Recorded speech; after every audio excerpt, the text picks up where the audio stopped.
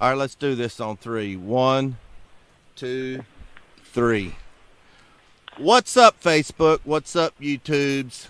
Thanks for tuning in to the very first episode of the Roadshow Locker Room. This is the Volunteer Roashow Unfiltered. We don't sugarcoat things over here, and a lot of you guys came over here from our Volunteer Roadshow video where we had our guest Fred White, who Billy calls Deuce. And let me ask you a question, Fred. Class of 95, there were some badasses in that class. Give me some of those real badasses in the class of 95 that you want to talk about. Well, you're talking to one right now. I'm just kidding. No, seriously though. But when we first got on campus, we were all looking at each other like, okay, this guy was one of the best players in his state. This guy was one of the best players in his state. But I'm gonna tell you right now, the two dudes that I looked at in our class, it was like, okay, this dude's a beast. One was Chad Clifton, 6'7", 300 pounds, and he was an athlete, country boy, strong as ever. And then you thinking, wait a minute, this kid, who is he? Where did he come from? And then the other one, I'm telling you right now, was the guy I'm on the phone with. I just said it on the other show. I ain't never seen nobody that big run that fast. And he came in as a linebacker. You're sitting there thinking to yourself, what did I get myself into? And I called my uncle and said, hey, man, we got some guys on this team. I ain't never seen no players like this. And he was like, what do you mean? I said, we got a 6'3", 280-pound, 60-pound linebacker. He run like a 4.5 40. He's fast. He said, man, that's not possible. I said, I'm telling you. Then I tell him about Chad Clifton, and I had to go on and tell him about Leonard Little, who was a 4'3" guy. He played defensive end, 6'3", 240. Then you watch and you look at a guy that's Dustin Moore, that was a 6'3", 6'4" tight end, about 250. He ran a 4.5 40. I mean, so yeah, out of my class, the two guys that impressed me the most were Big One and Chad Clifton. Now, you talk about badasses? Al Wilson. Hands down. Shoot. That's true. I'm telling you. Let me say something, Fred. I had Billy's sister on our show about a month ago. She's been sending me some childhood pictures of Billy. And he don't look like he was a beast in those pictures, so he must have done grown up. Did he really run a 4.58 40? Absolutely. I watched it with my own two eyes. Listen, hold on. He ran a 4.58 40 at 280 pounds. Not as a freshman. I'm talking about as a sophomore, junior. I can't remember what year that was, but I just remember he was playing defensive line at the time. He was 280 pounds at that time and ran a 4.5 40. Could he dance? He got some twinkle toes.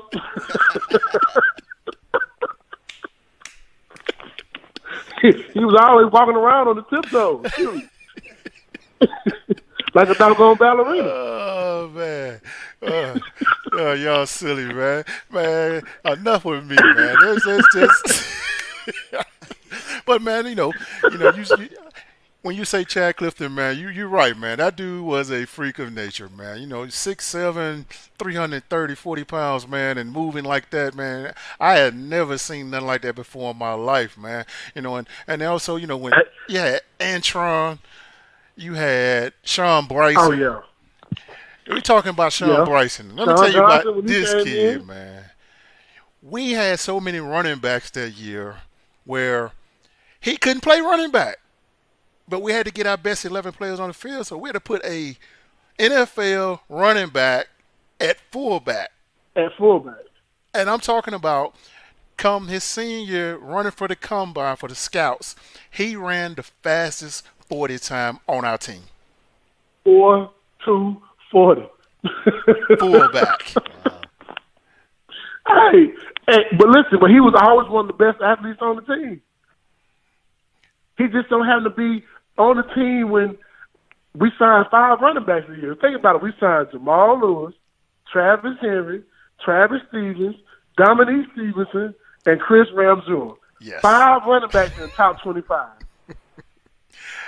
Unheard of. And what people don't even know, but a lot of people don't even know this, Dominique Stevenson was going to start in front of Jamal.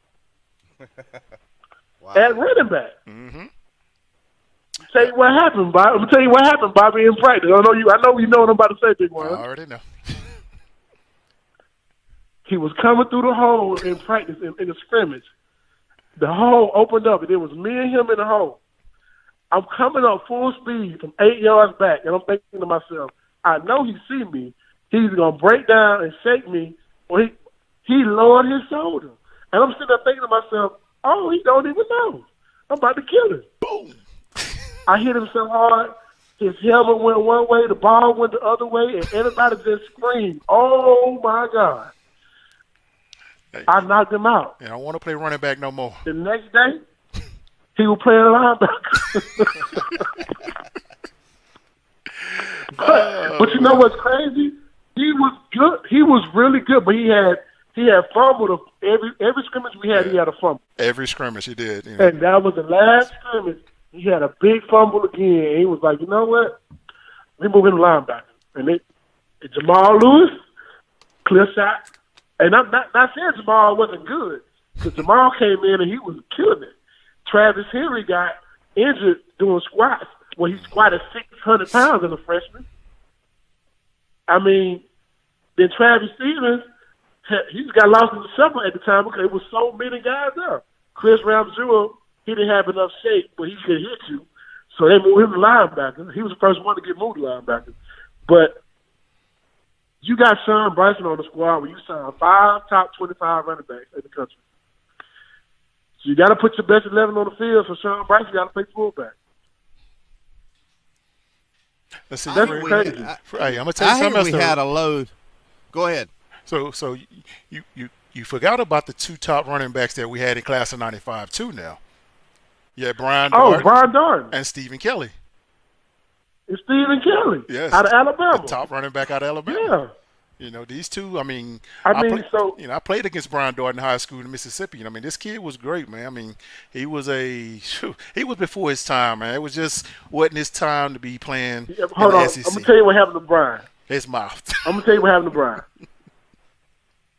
We had this thing back in the day, and Big Worm, you said it earlier on the other part of the show where you said you don't have enough hours to do certain things as a freshman. So basically, you hadn't even passed you haven't made it through a semester yet, so you have 0 hours, credit hours. That means you got 0 hours in school, and you got 0 hours of what you can say and do on the football field. Cassius, like, guys on the team, they didn't play that. It was a seniority back then. Like, as a freshman, you came in and listen, you bust your butt, and you keep your mouth shut until they ask you to say something. Quick. And Brian came in talking cash, money, trash. He said in the news, in the newspaper, that he was going to take Jay Graham's spot. He said the wrong thing. They asked him about our defense, and he said something about the middle linebacker, Tyrone Hines. Oh, man.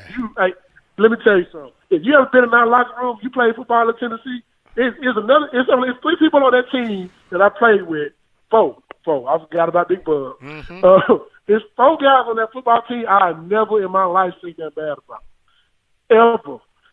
Those 4 are Bubba Miller, Leonard Little, Al Wilson, and Tyrone Hines. And he said something about 2 Tyrone Hines. Are you crazy? You want to get killed in practice. Hey, I'm gonna tell you, Brian, he was a good person, man. But he just, he was. He reminded me of, remember Booby Miles from Friday Night Lights. That was Brian. You know. That was him. He was the Booby Miles on our team at that time. Great athlete, man. He had everything, all the mechanics to do it all, man. But I still say, if it wasn't for that, man, I really think he could have made it. But he put himself in a bad situation. He had all the tools. Big man. He was one of the best players I ever seen, man. Yes. He's one of the best athletes I ever seen. Oh, hands but down. It was just so.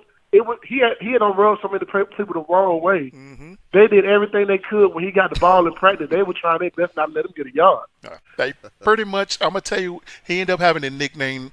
They call him CP. And CP was crowd pleaser. Spring game, they were going to make sure CP made it happen for the crowd. The crowd was going to go wild every time they hit CP. And it was like that all the time, man. You didn't want to get on anybody on the defense bad side, whether it was a game time or practice. You don't want to do that. So it was hell for you in practice for Peyton Manning.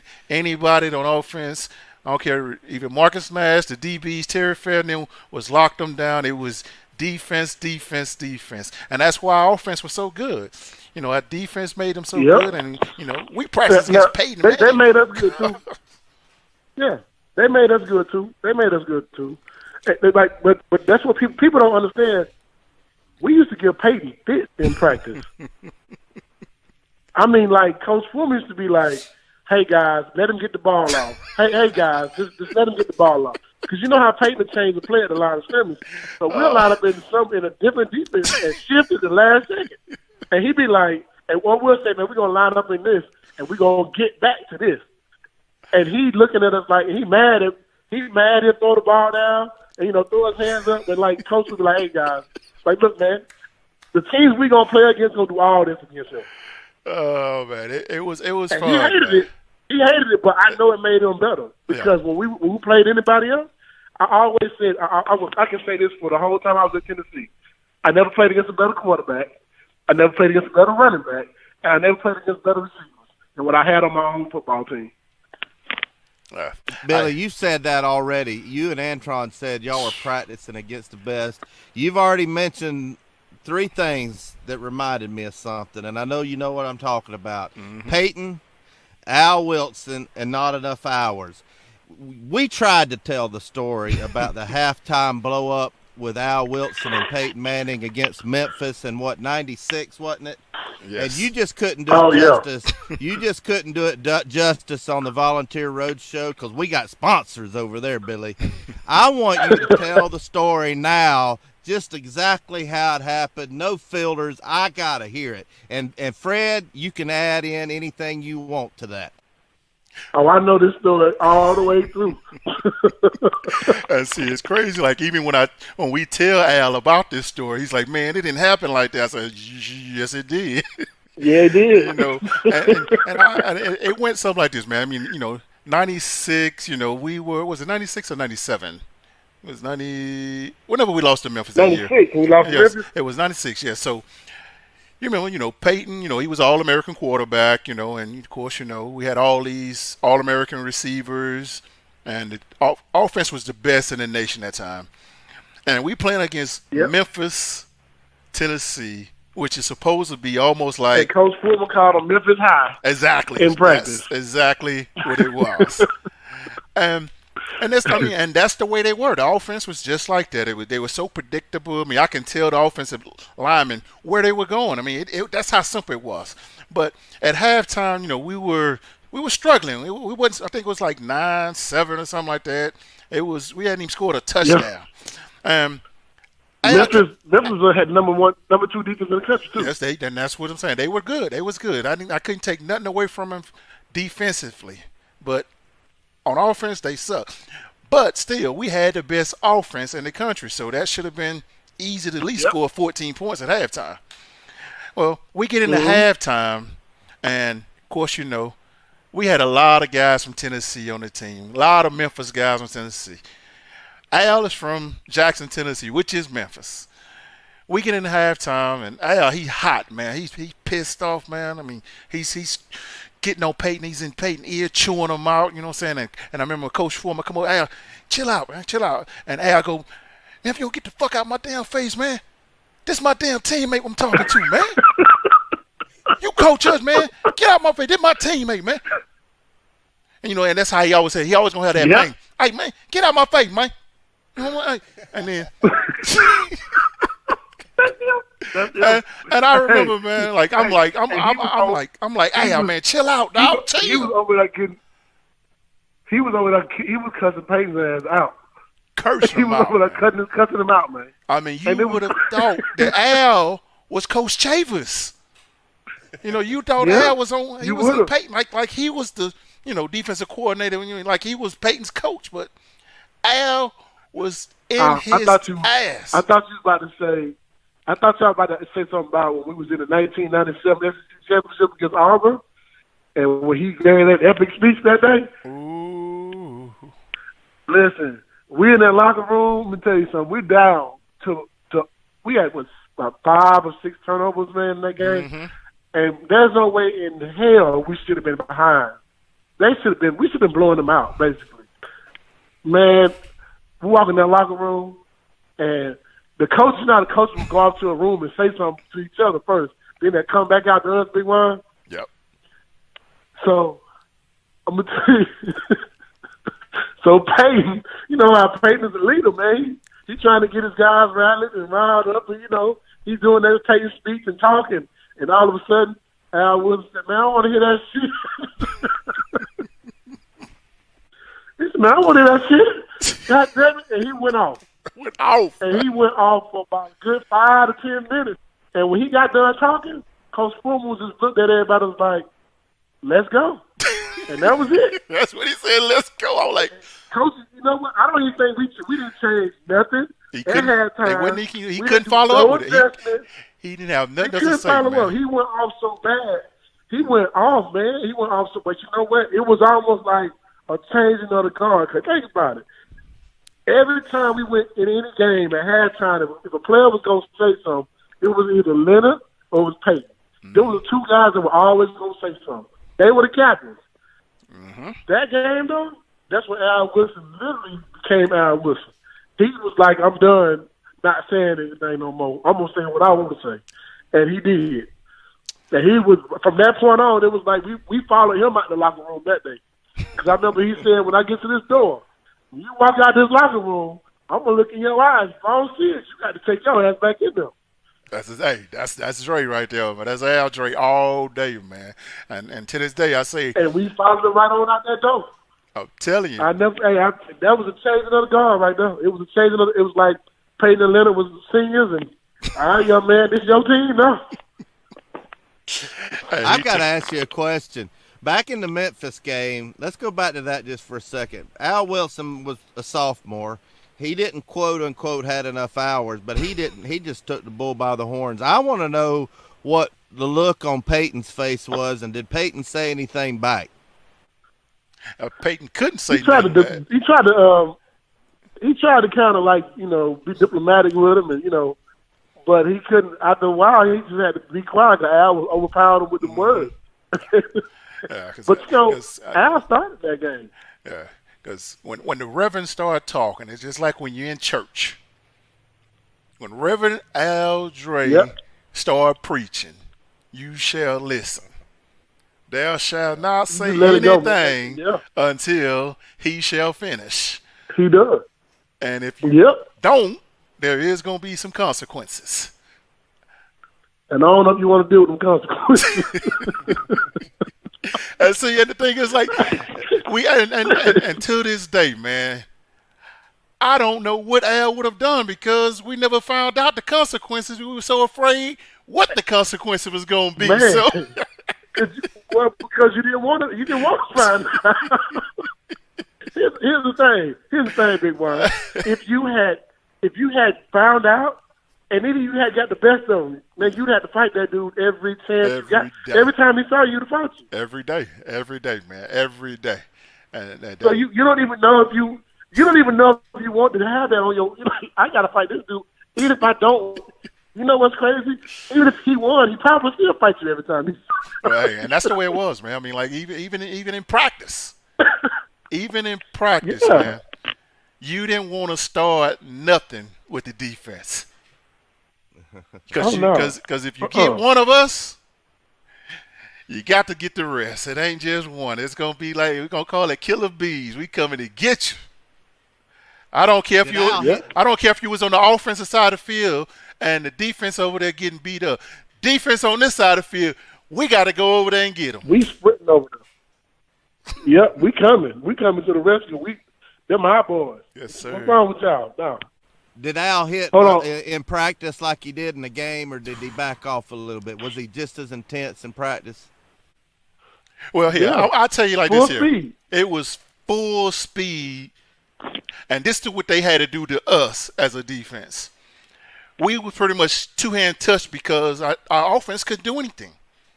So Al would be full speed and kind of like how when the basketball players go up and jump and chest bump. Well, Al, he'll run up to you and chest bump you like that. That's how quick he was. Pow! But let me tell you something about that chest bump. That chest bump would knock most people over.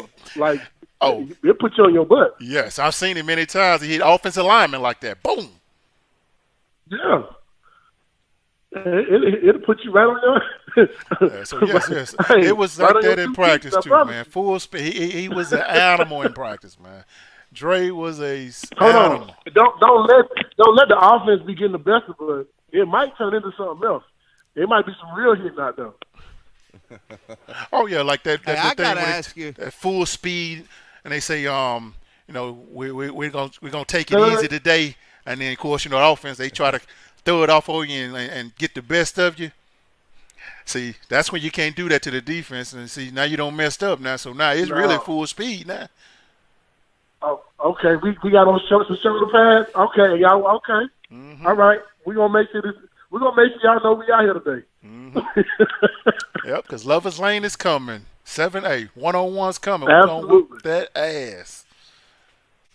You know what I remember about Big Al more than anything is that big old neck pad he had up on the back of the neck. It almost went up over his head. Yep.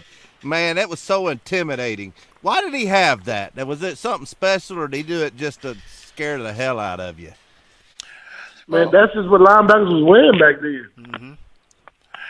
Well, of course, you got to understand, like, Al was a safety when he was playing safety first. And, of course, that's when they moved him down to linebacker. So, all the other linebackers had it. Like T. Hines, you ever notice he had that big neck row too, but it didn't look as aggressive as it did on Al because Al had that just linebacker look, the mentality. He had the wrinkles in his forehead like a bulldog in a sense where he was gonna bite you, gonna eat you. And it was a scary look, man. And with that neck row, it was intimidating. Intense too, like, so intense. Man, listen, I don't know if I can ever even describe how intense he was. Like, us talking about it don't really give you what it was like. Like, you had to be there. Like, you really had to be there to see, because it was like that every day. Let me tell you, okay, this is how intense he is. We're in a football game. We're playing against, who we playing against? I know him and Leonard was on it. So it was 97. Me and Dwayne Goodrich, we're playing like cover 8 or something. And Dwayne let a guy catch a 5-yard curl. We both come up and make the tackle. He only got 5. He caught the ball at 5 yards. He got 5 yards. He sprinted to me and Dwayne and said, if he catches another motherfucking pass, excuse my language, if you catch another motherfucking pass, I'm going to kick y'all ass. I'm sitting there thinking to myself, he just caught a 5-yard curl, dude. Like, what? Chill out. That's too much. That's too much, man. That's the same way with us, man. And Bobby, I tell you this here. That's the reason why we had no linebackers or DBs with 100 tackles or more when I played. Because as a defensive line, we wasn't trying to let nobody get any plays or make any tackles. We was trying to make plays too, because if an offensive lineman got to Al or to Leonard or the linebackers, we got it. We got our ass chewed out. So we try to make sure we made all the plays before they did. If you go back and look at that, Bob, I promise you couldn't find any linebacker that we had 100 tackles. Listen. You know how many? I'm gonna tell you that in the 4 years I played at Tennessee, the linebacker with the most tackles was Raynard Thompson at 65. Yes. He had 65 tackles for the season, and that was the most in the 4 years. 3 years he was there. Nobody on the team at linebacker had that many tackles, dog. Nobody. If you played back then and your linebacker had 100 tackles, your defensive line ain't doing nothing. Mm-hmm. If you had a safety that had man, listen, I remember when Jason Allen had 100 tackles. He didn't play with us, but I'm sitting there like, ain't no way in hell no DB supposed to have that many tackles in Coach Chavis' defense. Not even close. That means the defensive line of linebackers ain't doing shit. They ain't doing nothing. Mm-hmm. Well, let me ask you a question, Fred. Tell me about what it was like playing for Coach Chavis. What was he like on the sideline? What was he like on practice? He didn't say a lot in the media, but what was a practice like under the Chief? Intense. Do you think Al was intense like Coach Chavis? Like you just said, you thought it was Coach Chavis talking to Peyton. Listen, he got it, man. It was already in Al, but his coach was the same way. I mean, he was a direct reflection of Coach Chavis. And Coach Chavis, man, he gave it to us. Man. I remember times I'm sitting there thinking to myself, Coach, what did we not do right? When he got mad at us, Big Worm, he'd throw that ball all the way down to Hudson. Mm-hmm. Yep. And we had to run down there to get it. Mm. And we would do, man, listen, pursuit drill after pursuit drill after pursuit drill. Like, Coach Chavis was intense, man. And he liked it when we got in fights in practice. He liked it when we were aggressive and messing with Peyton. He loved it. I remember Coach Cutcliffe might not want me to tell this, but I'm going to tell it anyway. I remember Coach Cutcliffe said to Coach Chavis one day, he said something to the defense, damn it, guys, let him get the ball out. Coach Chavis said, no, the hell you don't. No, the hell you don't. He said, you coach your boys, I'll coach my boys. Guys, get out to his ass. And I remember saying, I'll never forget that. Most definitely, man. Oh. Man, this is firing me up, man. We got to get back to that. Got to get back to that because that was some intense times. And I remember I've been to most of the bowl games in the 90s, and the one defensive player I remember was against Ohio State. There were two guys, Tyrone Hines and Bill Duff. Bill Duff beat Eddie George up in the Citrus Bowl. What was Bill Duff like, or Fred White? You ever saw that TV show he was on called The Human Weapon? I've seen it. That's how Bill Duff was, man. Bill Duff was a warrior, man. I'm gonna tell you about that's my dude. Let me tell you something. As a safety, you know, the linebackers, you always like to have good linebackers. I'm gonna tell you something. As a safety, it ain't about your linebackers because you, as a strong safety, I'm the fourth linebacker anyway. It's the defensive line for me. I played at Tennessee, and we had the best era of defensive linemen ever, in my opinion. We had my freshman year was Steve White and Leonard Little, and then you had Billy Bam, Bill Duff, Ron Green. Then the next year, and every after that, we had Billy Ratliff, Darwin Walker added to that, Jeff Coleman, Sean Evans, Jonathan Brown.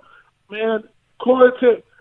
That defensive line was so good it was ridiculous. But Bill Duff was going to get it done. You could put anybody in at the start. You didn't lose nothing. That's what you call recruiting.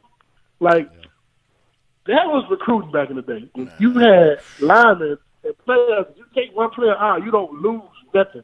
You don't lose a beat. You don't miss a beat because they all the same. They all good. But Bill Duff was crazy. You hear me? When I say he was crazy, he was certified for crazy on the football field. One of the best dudes you can meet off the football field, but on the football field, Bill Duff will kill you on the football field. Yes. He was a human weapon for real. Yeah, true. Hey, you remember there was another one, man, that you keep on forgetting. I mean, remember Big Shane Burton, man? Oh my! Yes, God. Man, that was a crazy one there. Now, that's the one that when I first got here. Man, now that's one that I remember when I first got here. Remember when? You remember that fight with him and Chester? Yeah, talking about the lap. I'm talking about that Gibbs. Oh, yeah. Yes. When Shane Burton told Chester, don't hit me when I come across this thing, and Chester hit him anyway. Oh, my God. I thought Shane Burton was going to kill Chester. He hit him, man. He kicked Chester in the chest, man. I think Chester still got a Nike print in his chest right now to this day. See, boy, gonna get you, man. Hey, man, I had to tell it. Hey, man, Shane Burton was a scary dude, man. I'm serious, man. I was scared of Shane Burton. Man, that dude was so huge, man. I remember one day, man, Shane Burton was sitting in Gibbs, man, and I walked past his room. He said, "Hey, freshman." I'm like, oh, man, what are you about to tell me to do? So I walk in the room. He said, "You hungry, freshman?" I said, "No, I just ate at the calf." "You hungry, freshman?" "Okay, I'm hungry." Colin ordered some burgers and guts. Man, those were the days. I sat in there. He made me eat a cheeseburger with him in the room, man. Hey, listen, I had to sit there and wait for the food to come. The dude delivered it. Had to go down there and pick it up and bring it back to his room, and he made me eat it with him. I was like, Shane, hey, man, look, I'm already full. You going to eat that burger. I'm like, oh, my God.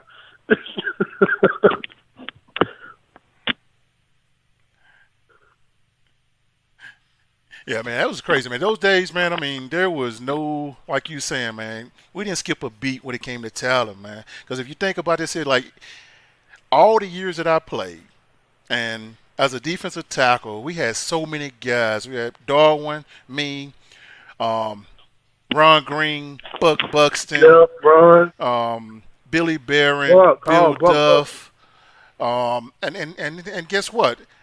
We had third streamers, John Henderson and Albert Hainsworth. Sitting on the bench. Couldn't even get on the football field. That's how much talent it was back then, man. I mean, it was just, and I keep telling people, they say, "Man, how many games did you start?" I said, "I don't know. I didn't know if I was starting the next game or not. It depends on who practiced the best." Exactly. Well, because you know what was so crazy? The way Coach Brooks was a genius, man. He's a coaching genius. Coach Brooks made sure y'all was fresh all the time. Yes. All the time. If you played D-line with Coach Brooks, you were going to get – if you could ball, you were going to play, and you were going to rotate it, and you were going to be in the game in some meaningful minutes with third downs and fourth downs, all kind of stuff. He kept his guys fresh. Yes. And that made us so much better, man. And that's what made us play good because Coach Brooks, he didn't sub us. We subbed ourselves. It was like, Jeff Cole would be like, "Hey, I'm going to get 3 in, and I'm telling you, you got to come get me. I'm going to give it all I got, them 3 plays. You got to come get me." We try to stay fresh. There was only one guy that didn't want to come out the game. He'd be tired as I don't know what. Who was that, Debo? You already know it. My boy Darwin, he ain't want to come out that game. Nah, and this how he would say, you'd be like, "Debo, man, you gotta go, man. You tired?" "Nah, man, I'm good, man. I'm all right, man. Shoot, you stay up, man. I'm good, man." Like, Debo, come on, man. Big word. You know yourself though. If we playing against Florida or Georgia or Alabama, and it's down to that, like, it's that grind, and it's like be third and whatever. We don't see somebody in the game that we need in the game. That as a team, we be like, "Hey, come on, you got to come back in the game. Let's go. Ooh, you got to come in. We need you right now." I remember them days, man. I'm talking about it be times, man. I'll be wore out. I'll be like, man. But see, it was no disrespect to nobody on the team. It was no disrespect to whoever was on the team. But whoever was in there whooping butt that game, we need you in the game right now. Yep, and the thing is, in the game right now, take care of business. They knew the substitution though, Bobby. I mean, like I'll be like, he'd be looking around. He's like, "Well, where am I at?" "Oh, hell no, man! Shit, get your ass up in there, man!" He'd be over there. He'd be doing his little point thing like this. Get your. I'll be like, and you got to run back in there. I know. I'm gonna tell you right now. We played against Syracuse in 1998, Big Ron. Syracuse. It's so hot in the Carry Dome. It is, man. People falling like flies. Everybody got an IV. Man, I never forget. I look up in the game. I'm playing safety, and I look up, in front of me, playing linebacker, I got Austin Kemp. I got Dominique. Gerard and Dominique. Yeah, exactly. And I'm sitting there thinking to myself, what my linebackers at? Then I look at the defensive line. I got Ed Kendrick and Ed Butler in the game. I'm like, oh, hell no. Time out. And after that time out, I'm the only D lineman that ended up going back in there. And I was like, oh, hell no. Time out. And I'm not, no. And I know Coach was like, what are you doing? Coach, do you see who in this game? It's 3rd and 3. We even stop these guys. Come on, man. And they scored on that drive, too. And Bobby, this one of those instances where Sean was talking about, I would go tell the coaches that I didn't get the play call right. Well, this was a true situation with these LBs. You know, Dominique Stevenson calling the play. He'd be like, oh, man. He would sound like, what's up, LSU coach down there? He sound like a Club of Lions. Yeah, Coach O, man. He was calling the huddle like Coach O down there. Be yourself. I'm like, Dominic, man, what you talking about, man? Big one, I called a timeout, man. I'm like, hey, what are you doing? Hold on, man. Hey, Coach, do you see we got in the game? I need some help. What you mean? You about to get somebody hurt in there, man. Yeah, I need some help, Coach. What are you talking about? I need some help right now. Give me. Hey, listen, we need this timeout. We need this timeout more than they do. For real. But yeah, man. Let me ask you a question, Fred. We had some great cornerbacks at UT over the years, but out of all the ones that you've played with, which one of them will knock your dick in the dirt? Who was the hardest hitting cornerback that we had that you played with? Corner? Yeah. Our corner didn't hit like that back in the day. We had Deion Grant. I mean, Deion was a safety. We had Ted Fell was a cover guy. Deron Jenkins was a cover guy. Andre Lott, cover guy. Dwayne Goodrich. I don't know of a corner that would put no hit on you like that. They were all cover guys. They all covered very well. I mean, that was basically what we had. We had guys that could cover. Gerald Griffin, Maurice Fitzgerald, all those guys could cover. Yeah, cover, yeah. So, yeah. But striking a lick, that was my job. Now, if you're gonna switch over to safety, that's hands down. I'm about to say my boy Deuce. Deuce didn't spare. Well, I'll tell you who hit some. I'm telling you, Troy Noel here too, though. Oh man, T-No, yeah, yes. T-No was paralyzing himself to knock people out, breaking his neck and stuff. Noel would knock himself out. No, man, but hey, I'm sorry. I'm gonna tell you, man. I'm gonna tell you somebody who was hit that didn't get a chance to play a lot, mainly special teams, but he'll hit you. Doggone Tim Sewell. Ooh, yeah. Number 15, Tim Sewell was a walk-on guy, ended up on the scholarship. And Tim would throw his head in there and knock you out. Well, he hit you them. Yeah, that's another topic. But I'm going with Big Worm on this one. I'm gonna say I can bring because I knew I brought the punch. I ain't had no choice. That was my role on the team. My role from the safety position. We had 2 cover corners. We had a guy who covered the middle of the football field. They needed somebody who could go out there and hit. And that was my role. Let's talk about I had something. to be a part-time safety and a part-time linebacker. Well, you just made me think of something. See, and Bobby, and the reason I say I always pick Deuce as being our hardest hitting DB that played over there is because this situation came up, but he didn't take advantage of it. I know he will say to this day he wish he would have. So Fred, he was always knocking heads, and there were certain defenses that, we had the nickel package to bring him in, and he'd be pretty much playing linebacker. Yeah. Well, coaches wanted to move Deuce to LB, but Fred didn't want to do that because he knew he had to put on some weight, and he ain't want to gain that kind of weight. Yeah. And to this day, he'll still tell you, man, I wish I'd have went on and made that switch. You know what I'm saying? I probably would have been drafted first. I should have made that what? Switch. You already know it. I should have made that switch. But hey, I got something else. Because here's the thing: when Al left, they were talking about putting Eric Westmoreland in the middle, me at the Sam linebacker when he was there, and Raynock, and then bringing Mickey Allen in as a safety. I should have did that. That would have made our team, like, we would have lost no intensity. Emo could have played middle just like, well, not just like Al. Emo could have played, nobody could have made it played it just like Al. Hands down, nobody could have done that. But Eric Westmoreland would have been a great person there as middle linebacker. Yeah. Great. And I was already playing basically the same because I was playing strong. We did the same exact thing. I don't know why I didn't make that. I wanted to be a safety, man. I didn't want to gain no weight. Well, I got one more question for you. One more thing, dude. Here, this topic here, I've been wanting to talk. I hate the topic, but I love the topic. You know, well, back when we played, you know, we didn't get a lot of things back in the day. You know, everybody just thought because they only heard the glamour stuff, thought we got everything made and everything. But what do you think, man, about the kids getting paid right now, man? You think they should pay the athletes now? Oh, absolutely. Absolutely. As the older I get, the more I think so. Here's the thing. Think about it. That big world.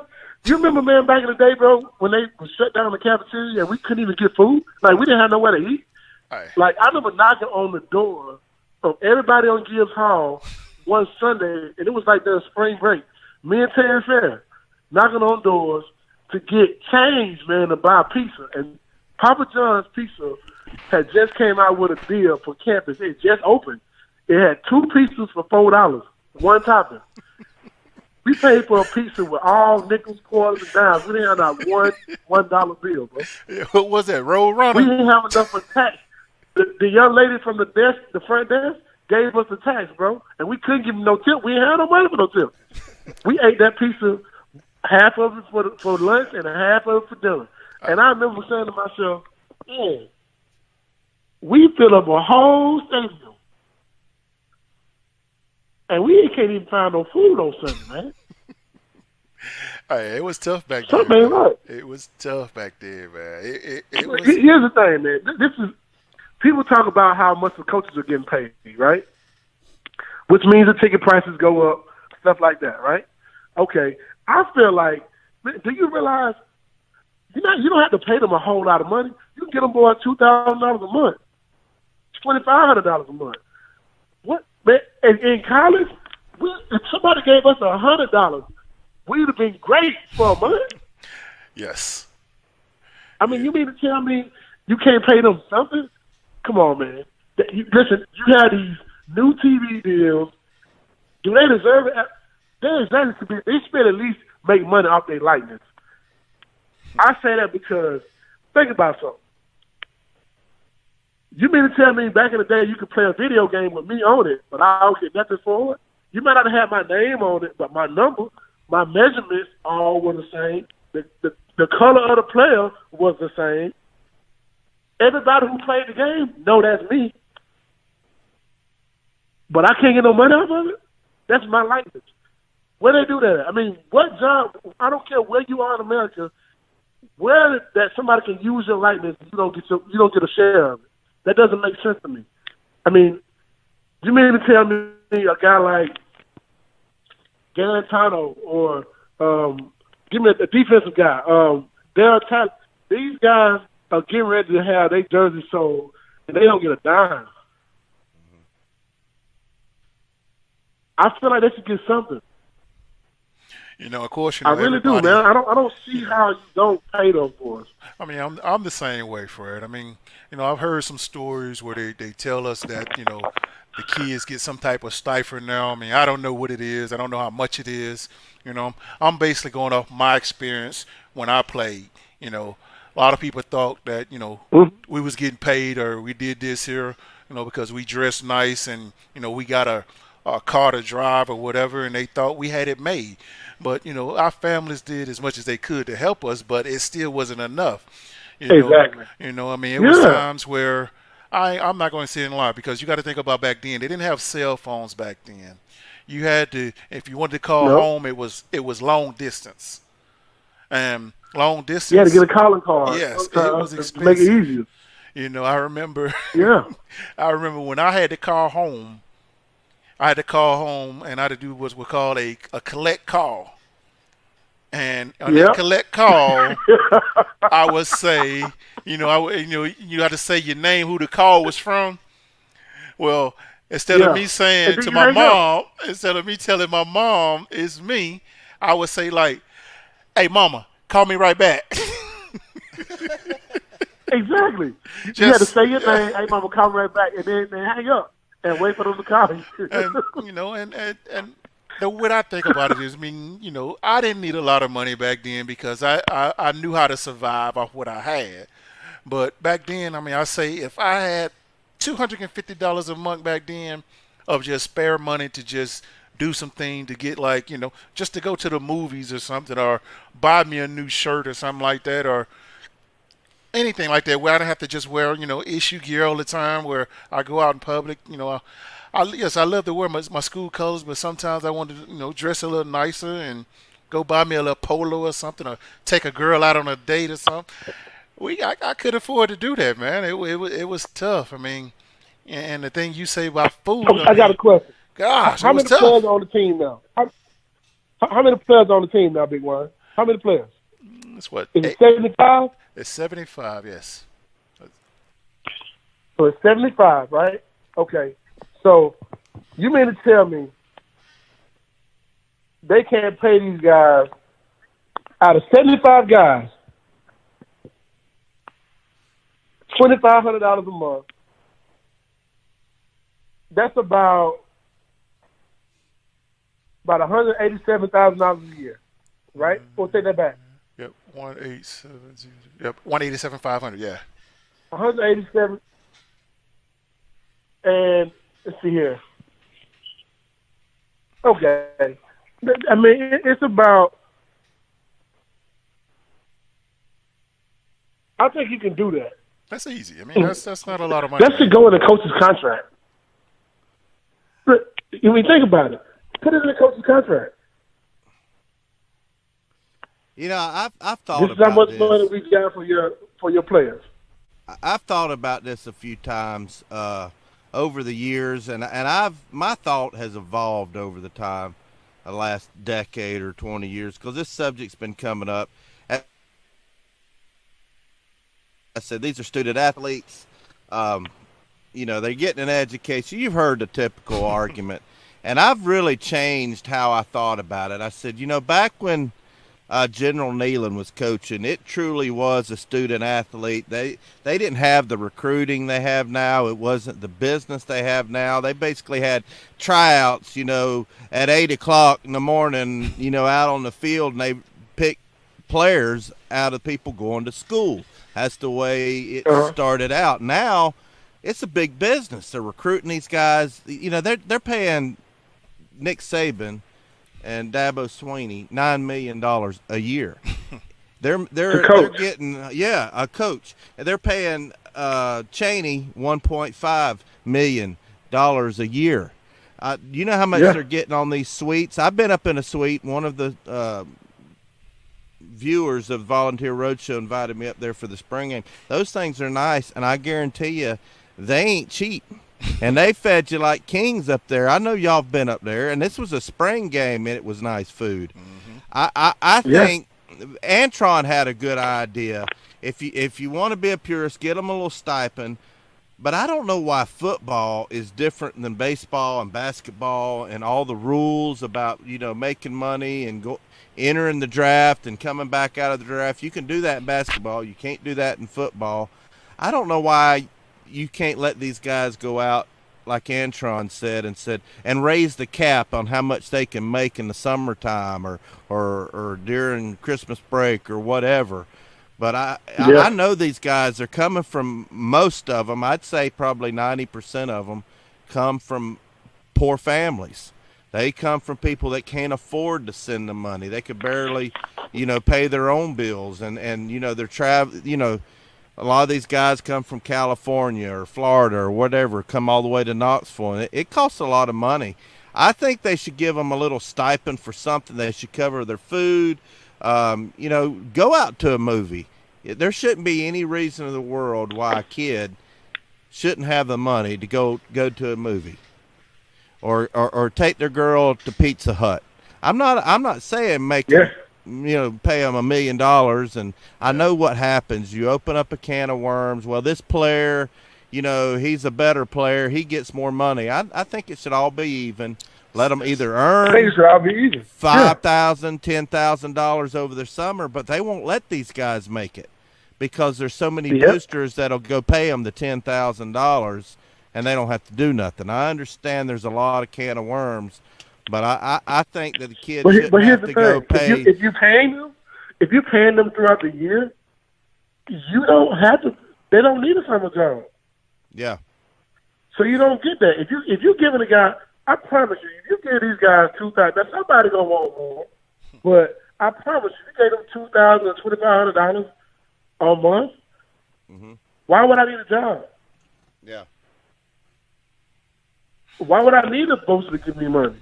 That's true. And see, the controversy that I always hear when people say, that the kids are getting their education paid for, they don't need to be paid. I think these people are thinking that they are wanting. Go ahead, Big Well. I'm gonna say something after you get done. My bad. I guess they thinking they want this. That we think they want NFL money or contract money. It's not that, man. It's for the necessities. The things that they can't afford. And like the summertime, food, soap, deodorant, toothpaste, stuff like that is the things that I wanted, that I had to scrape change to try to get. It wasn't that I wanted to have money to go buy me a Lexus or do this or be like, acting like I am in NFL. No, I just wanted some money to be able to, like how the guy from Coming to America, I wanted some pocket change. Something just to do something. Just to do something, man. One thing I hate when people say. I want to do something. The one thing I hate when people say, who if you didn't go out there and you didn't get that blood, sweat, and tears on that field, you didn't understand that part. People say, well, you get a free education. It wasn't nothing about my education that was free. Not a damn thing about my education was free. I had to be at workouts at 6 o'clock in the morning. I had to go to class. I had to come back and be at meetings at 1 o'clock. I had to be on the football field at 2:30. I had to practice until 4:30, 5 o'clock, 6 o'clock in the afternoon. I had to go to study hall right after that. There ain't nothing free about that. And that my body took a toll more so than any money that they could have gave me for a doggone scholarship. Because I look at it from the point of Big Worm could have played in the NFL. He got hurt on a football field at UT. He didn't get a chance to get the rest of that money he was supposed to get because he was going to be a first-round draft pick.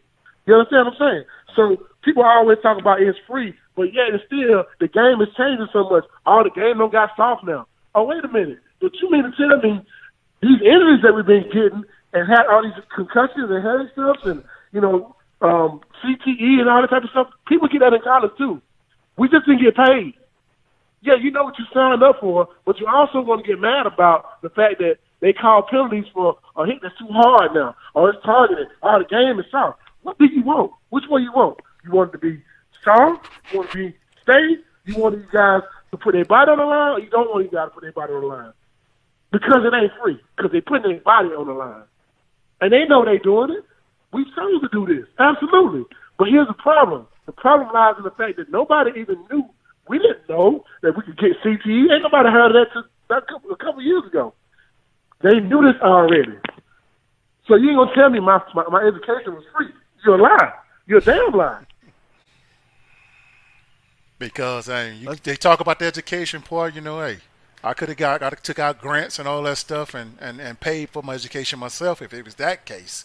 It wasn't that. Absolutely. It was the fact that, yes, Tennessee gave me an opportunity to come get a degree and play football for the University of Tennessee. That is something that they told me they was going to do. They didn't tell me what they was going to help me do if I wasn't able to play football anymore. And that's something else I talk about on another show as far as what's going on, like my body and things that I can't do because of that. Because guess what? Yeah. I can't make the money that I wish I could have made if I went to the NFL because the condition that my body is in. It sucks. So you can't sit here and tell me that you can tell Big Worm to his face that his education was free. You're a lie. Yeah. I'd never believe that. Yeah, I It wasn't remember nothing free about that education. I remember watching his last two plays. I was having to do all the editing on that video, man. It hit me in the feels watching it that I'm watching the last play of Billy Ratliff's career, and it didn't look that bad. It doesn't have to be somebody knocking somebody's head off. Some of these injuries don't look that bad, and it broke his ankle. I mean, he was done. That's what I want to ask you, Fred. Is there a particular play that you remember that caused you the most pain today? Is there anything that's lingering on you? I got several. Let's hear about it. Man, both my shoulders hurt. I mean, they hurt. Like, I can lift weights. I can't lift as much as I used to, but I stay in a certain range. And people keep asking me, I did put a video out on Facebook not too long ago. I did 225 31 times. Yeah, I saw that. I can't go above 225 much. I can go to like 315. Now, back in the day, I could do 445. I can't even put that on a bar anymore. I know I'm older, of course, but, like, my shoulders won't even let me put that up. Like, the one injury that I got that was so simple that it still bothers me to this day. We were practicing before the National Championship. It was the last practice before we left. And I pulled my hip flexor in practice. A lot of people ask me, man, how come you didn't start the National Championship game? I pulled a muscle like literally 2 weeks before we get ready to play. Well, actually about a week and a half before we get ready to play. And to this day, that same injury still hurts. Like, I can't hold you know how, like, you can hold your leg up like in a running stance? I can do my right leg like that and hold it up forever. My left, I can't do it that long. Because of that injury, I can't literally stand on one foot on that leg. And it was a small injury. It was just a hip flexor pull. But over the years, it's still there. It ain't never – I just learned how to deal with it. So, I mean, so it's – How many times you been knocked out, had a concussion, Fred? At least 3 times, and I came back in the game every last time. And you know what's crazy?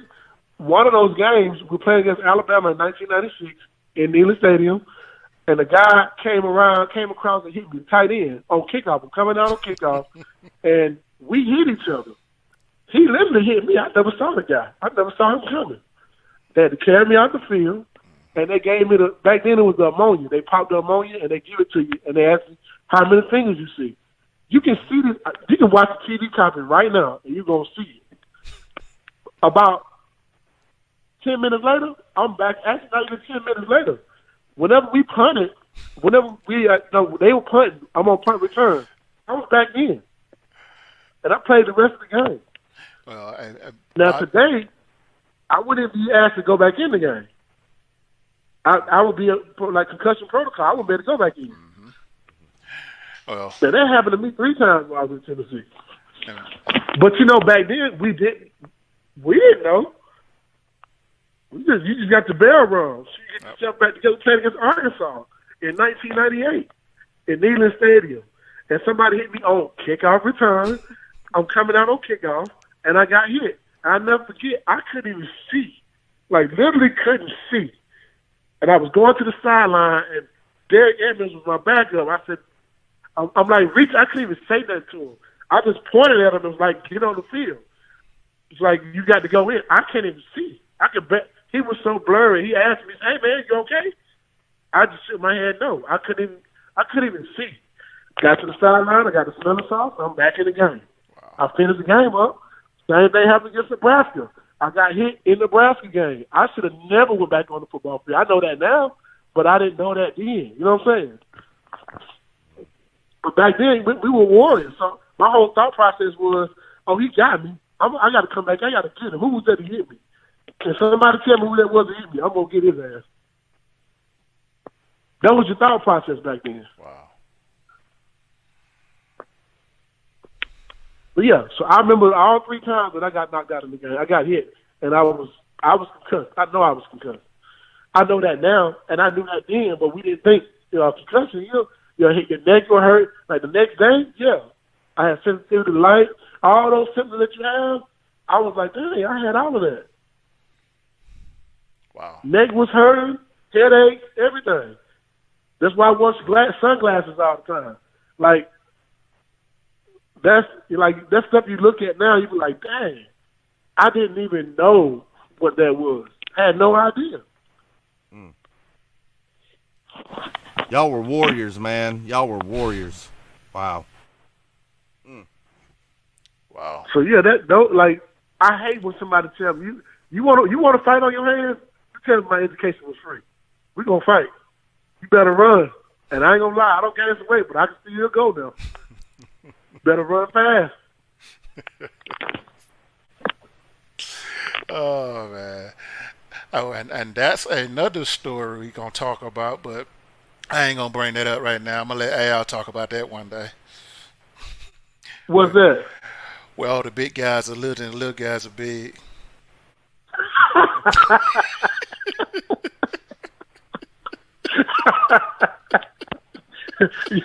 Hey man, I don't even want to be a part of that conversation. But yeah, man, look, I will say this real quick. I want to make sure I say this before I get off of here. I enjoyed every minute of every day that I had on UT campus. Even the hard times, even the times we couldn't get no food. Man, they taught you how to survive, man. Taught you how to be a man. And also taught you, man, your teammates always looked out for you. If you had $5 and I had $2, we had $7. You know what I mean? So, like, those things, man, were what made us win. I got stories for days. I got 4 years of 365 days times 5. I got when I was at UT. That I can talk about. And every day something was different. And I can remember a whole lot of them. So that's, you know what I mean? Like, we got stories for days. But the ultimate thing about every last one of those stories, you didn't go through none of that stuff by yourself. You had a teammate that had your back. You had a team that had your back. You had coaches that really cared about you back then. And that was just what it was, man. We call ourselves VFL for a different reason than everybody else. And I have no problem with other people saying it. But VFL means different to me when Billy Ratliff said to me, when Al Wilson said to me, when Leonard Little said to me, when Peyton Manning said to me, DeMar Lewis, Steve Johnson, Steve Smith, Steve Moss, Gerald Griffin, Jermaine Copeland, Jeff Hart. When they say that to me, it means something completely different than when anybody else says it to me. Because I know where it came from. I know the love we got for each other. I don't have any kids, but I got so many nieces and nephews, I can't even count them all. That's true. That's true, man.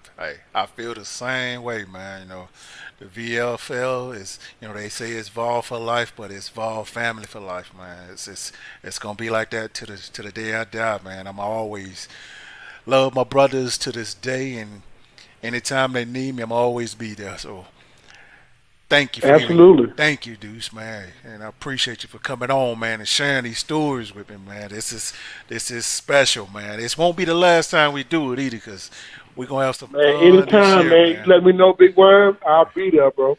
Because we got to get a round table with all the boys with it, though. Man, let's do it. I'm in.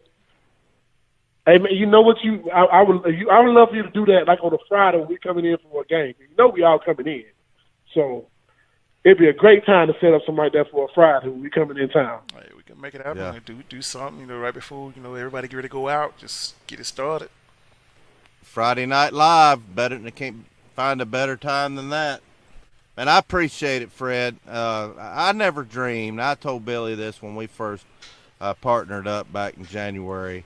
If you'd asked me 21 years ago, or told me 21 years ago, man, you're going to be doing a show with Billy freaking Ratliff on YouTube and Facebook. And you're going to have Fred White. You're going to have Coach Fulmer, Bob Kessley on the show. I just thought that, but you're crazy.